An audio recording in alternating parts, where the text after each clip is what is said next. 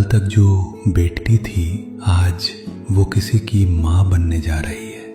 ये श्रीमंत संस्कार सिर्फ परंपरा नहीं, एक स्त्री के माँ बनने की सबसे खूबसूरत शुरुआत।